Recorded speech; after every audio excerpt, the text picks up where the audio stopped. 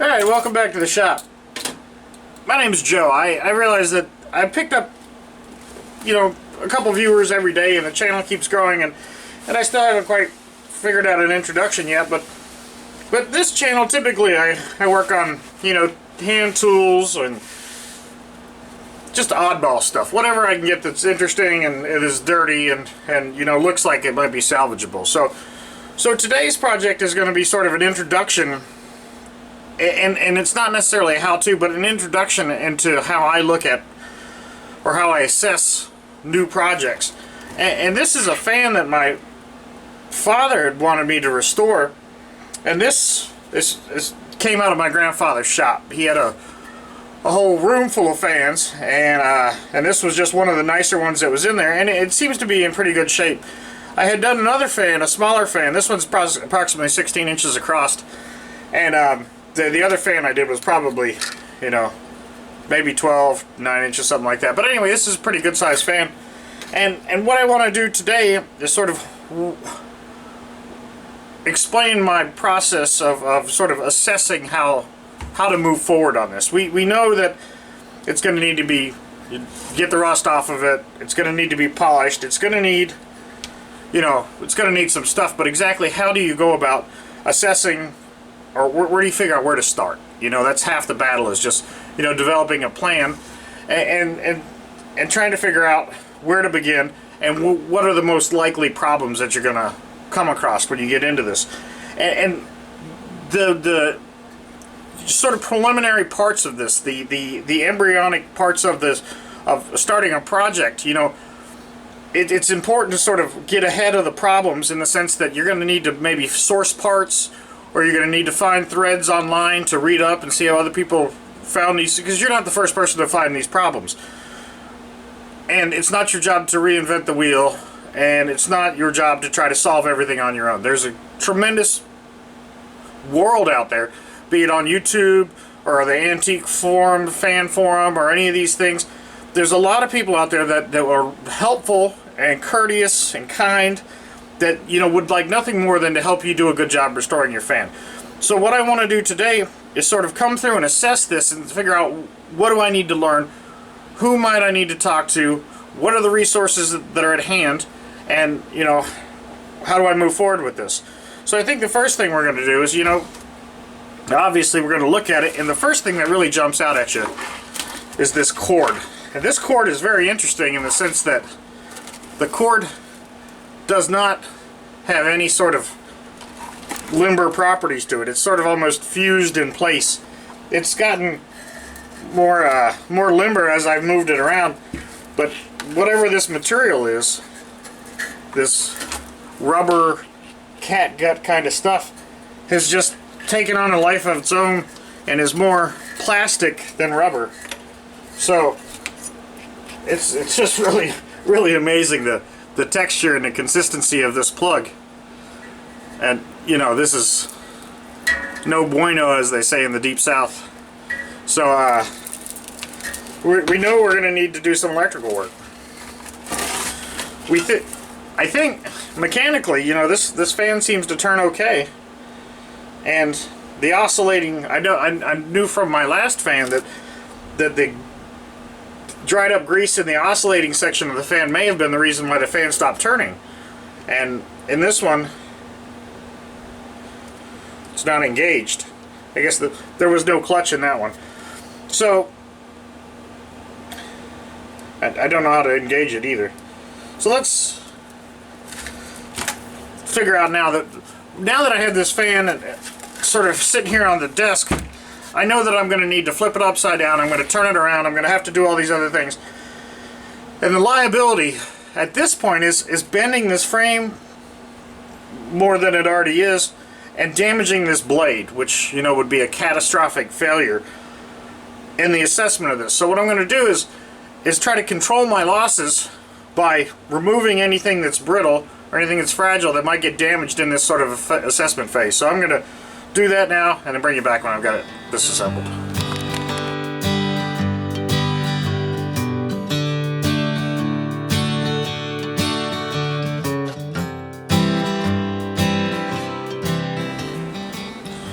Well, that was a treat to take apart. That was amazing. The blade slid right off of here. I didn't have to fight with anything. That is not typical in my experience with these things.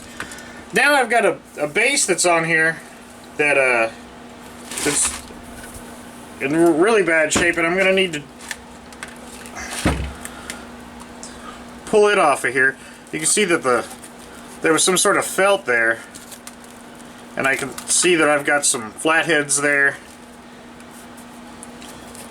and some hidden bolts. I guess there's 3 bolts here that hold this on. Anyway, this is pretty rough here, so let me start by taking off these square head bolts.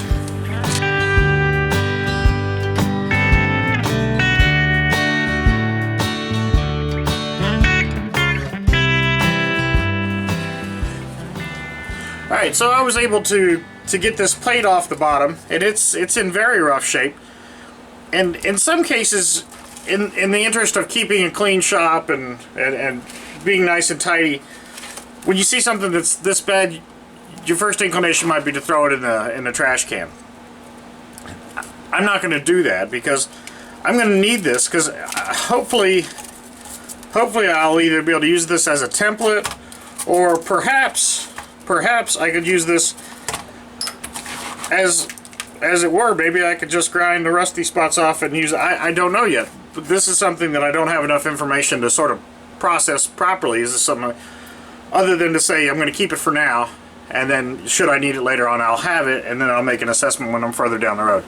But yeah, be careful and try not to throw away stuff because it might not be junk, and you might need the dimensions off of it. This one, it's looking like we're in good shape here, because this has got, unlike the last fan that I did that had the asbestos bar with the nichrome wire, this has a proper transformer in it, and the transformer seems to be in remarkably good shape. I rebuilt another one for an old Hunter ceiling fan one time that was horrible shape. But this, I just have to get these old wires off of here. Go ahead and just cut them out.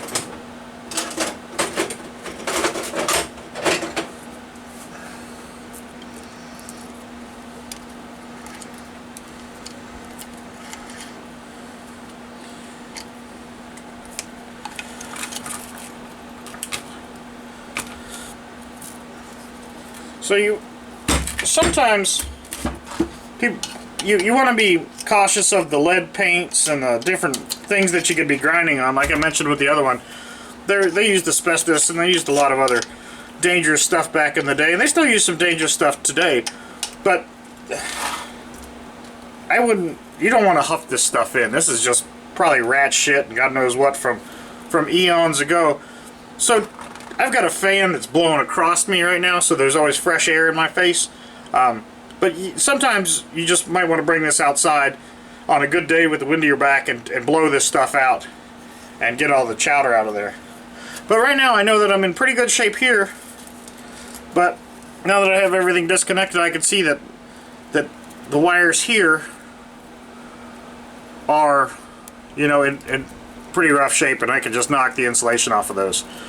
And then we have what looks to be like a 4-wire system. So there's going to be 4 taps that come out of this housing here, which means I'm going to need to either splice into them in the motor up here, or I'm going to need to splice into, well, I'm going to have to splice into the motor up here. So I'm going to need to look into some motor work. But right now, before I go any further, let me clean the workbench up, and then we'll come back. Alright, well, I know the insulation is horrible here. However, I think that I don't see any blatant ground, any dead shorts in there. So what I'm going to do now is I'm going to wire this up temporarily and plug it in, see if this thing will chooch, as my Canadian buddies say. So that will let me know if this is sort of a non-starter, so to speak. I can't tell you how many times I've torn into a project and really gone headlong into it, only to realize once I've got it disassembled that I never realized if it really worked in the first place. So if I broke something or did something wrong, I'm not able to figure out where things went wrong. But anyway, right now I've got the thing temporarily wired up. It's on. It's isolated from my metal bench by this cutting board. I've got the switch in some sort of medium range here. I don't have a grounded plug, which is not ideal, but everything else is insulated. So I'm going to just plug this in now, and we'll see if it goes. So that way I don't have to interact with it other than just holding the cord. And look at that. That spins, and it actually sounds really nice. You see the shaft wobble back and forth. If you can.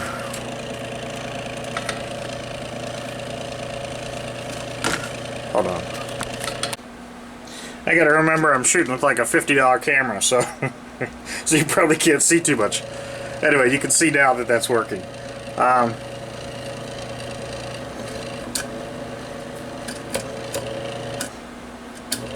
And the switch works perfectly. Look at that. Now, you could say you could leave well enough alone, and this does work. However, there's nothing in this fan that is grounded, so if something were to short out, it's going to go right into the housing. It's going to shock whoever touches this thing. So, and I don't want that to happen. So what I think I want to do is add a grounded plug to this, and I want to fix this insulation on the wire that's here because I know that it's inadequate. So let me start tearing into this a little further. So I don't know where people go to learn to become electrical experts. I watch people on YouTube that just astound me. They talk about electricity and they make it sound understandable and fun, and I appreciate it, and I really do. And I like to tinker with electrical stuff from time to time. However, there's some fundamentals that I just don't understand, or so I have to be leery, and I have to realize that I've got a weakness when it comes to electrical stuff. So I have to find some way to shortcut it, my lack of knowledge, and still end up with a, working item. And because I can't necessarily, I'm not good at reading electrical diagrams, and I wouldn't be able to come back and derive what should have gone where, not without great trouble. What I try to do is leave breadcrumbs, if you will, that will help me retrace my steps in terms of, how are these things connected. One of the biggest mistakes that I sort of learned the hard way is when you cut all the wires off at one time, they all look like they could have been connected to one another. However, if you cut, this wire here, and if I cut, the next wire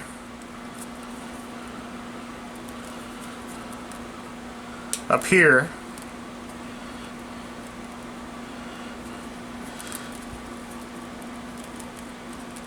and I cut the next wire up here,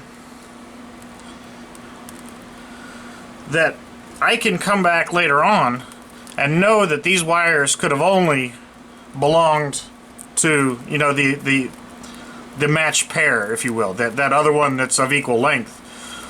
And I've tried things like tape and magic marker and paint markers and things like that, and they are all, good at certain times. However, there are instances when they get knocked off or they get lost or something like that. But now, I've got all these wires of all different lengths, and I know that they could have only gone with the corresponding length on this side. That might not make too much sense now because of the way it's sort of laid out.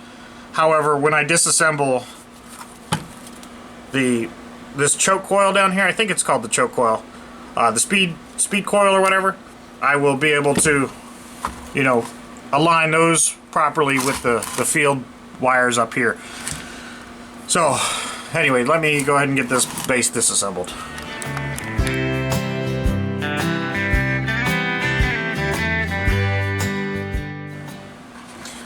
Alright, so this is very interesting because when you get into pieces like desk fans and things like that, there's an aesthetic component. There's some sort of need for symmetry or whatever. And in this particular case, I just went through all the trouble of explaining why I cut the 4 wires at different lengths so that they could all go back together like they were. But look at this. we know the fan worked perfectly fine before, but we can see that this wire here and this wire here, these two are just cut off. They don't do anything. There's no purpose for those other than perhaps either they bought this cord which was wrapped, so I guess maybe the aesthetics wasn't so much as it was what they had on hand. If they had this 4-wire system and they needed 2 wires, they just used what they had available. That would never happen in today's value engineered world. You know, if there's a half a cent of extra plastic on there, they'll cut it off. But anyway, now we know that this is actually just a 2-wire system. And the system here, I guess you'll be able to see with my multimeter, and I guess the way you guys actually see it, you could read it like that. But so this is on the low, medium, high. Really is inconsequential now. But there's 3 taps on here. There's going to be, well, 4. There's going to be off, low, medium, and high. And then the amount of resistance between the coils here is going to be on the first one. You know, we have 2.5 ohms of resistance. So that's low. There's going to be, you know, 2.5 ohms of resistance that's going to slow that current down, or however that works. Again, I don't know anything about electricity. And this one, you know, we've got, okay, I had a bad connection. I've got 1.4 ohms of resistance, so less resistance there.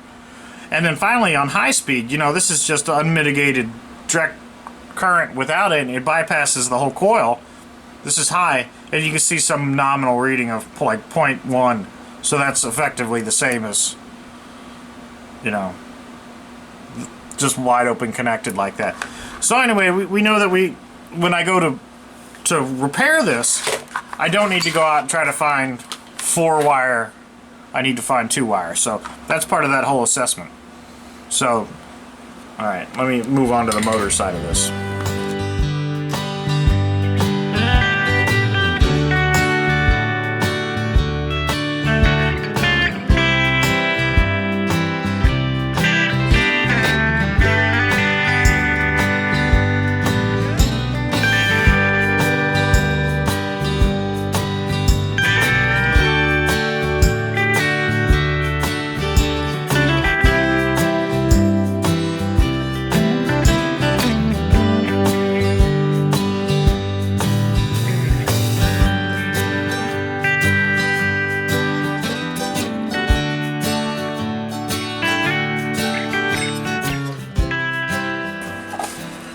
Alright, so I've got the whole housing disassembled now, and part of it I was able to use the nice dental picks that Mark had given me to discern that there's a little screw in there. And I honestly, right now, I think the best way to keep track of this smaller stuff, I've said this in other videos, is I'm going to leave this assembled while it goes through the Media Blaster. And later on I'll disassemble it and, you know, treat this as one unit. But right now it's the easiest way to keep track of it is to leave it in situ. So what I need to do now is figure out how to tap into these wires inside the motor. And I'm going to need to disassemble this whole thing because I'm really not sure how this mechanism works. I don't know. I thought it might pull up or down or twist. I really don't understand how it works right yet. So I'm going to disassemble the motor, and hopefully we can get the field coils out and everything. I'm not sure. There's always a possibility that you sort of go too far with the project, and the fact that this works and everything is great. However, you know, it's just not safe to leave this wire, so I'm not scared of diving into this because I'd rather have a fan that's safe and it's not going to burn the house down than have something that I'm always worrying about if I left it on or something. So, and this is a gift for my father. I'm not trying to rush this project or anything, but it would be ideal if I could get this done by Father's Day.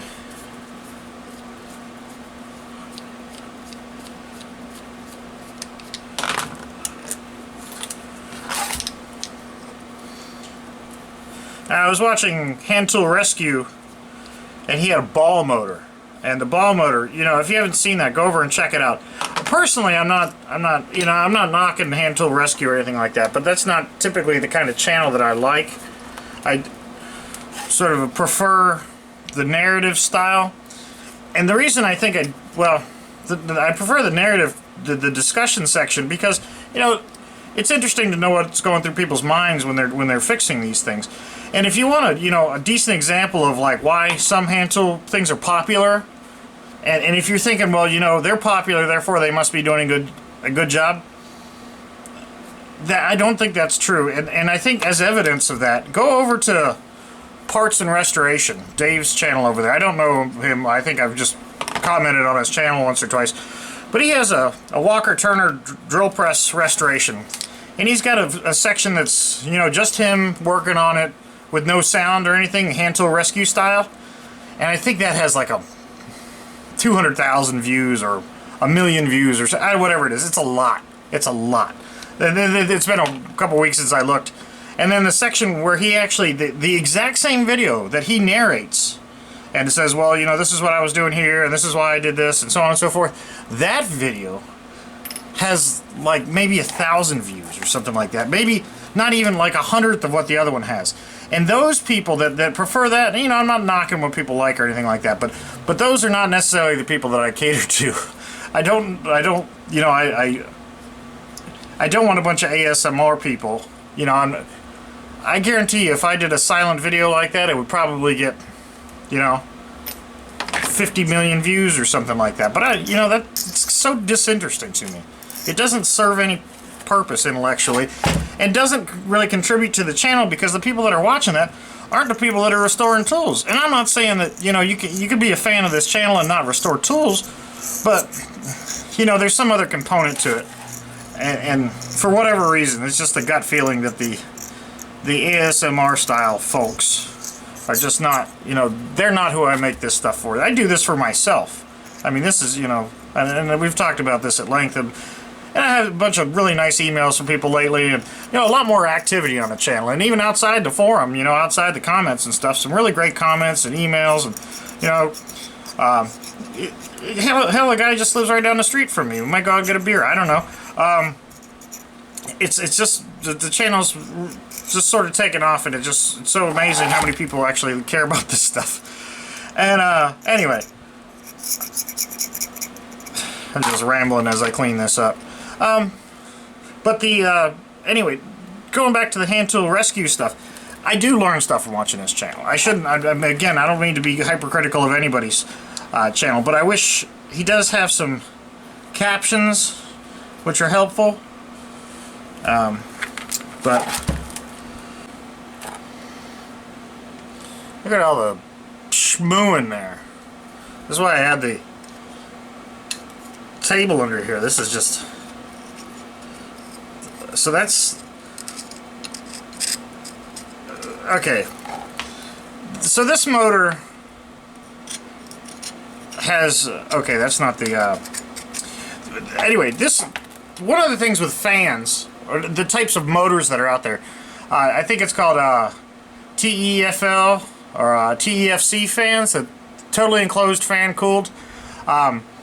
Those fans, or those motors, I should say, don't have these open fins, and you know, this thing has got air moving past it all the time, and all the grit and grime and everything that's ever blown past it, that's gotten near this grease, has sort of gotten trapped in here, and this is actually a grease port that's right there, and later on, you see how that pushes down now? That's a little tiny grease port, and oil port, something like that. But it felt like there was grease in here. Anyway, so this is going to need a good trip through the parts washer, and then this housing back here, we'll have to explore that later on. So here's the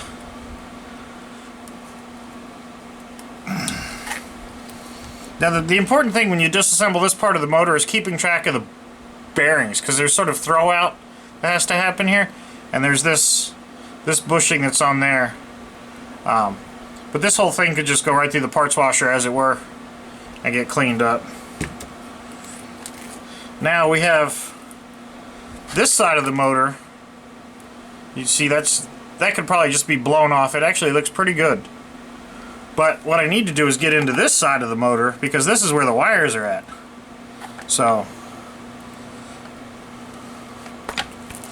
yeah, of course that wouldn't just fall out. Alright, this is going to take some dental picking and some... Ooh, there's spiders in there. Alright.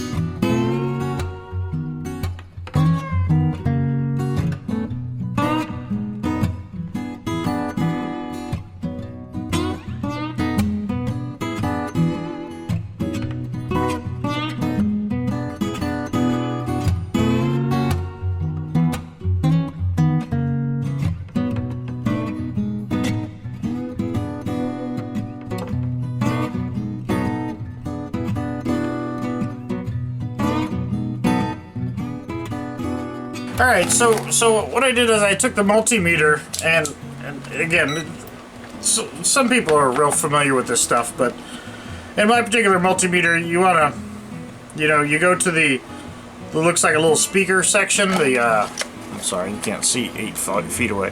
You get it looks like a horn, sort of, where am I at? That little horn thing there, and then on the screen, you'll hit select until you see the horn show up in the corner. Like, anyway, there's a lot of good tutorials on how to use multimeters.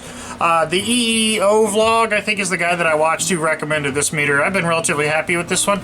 But anyway, I just put it on the continuity check so that when I touch it, you know what wires are connected to where. So I was able to deduce that, this wire and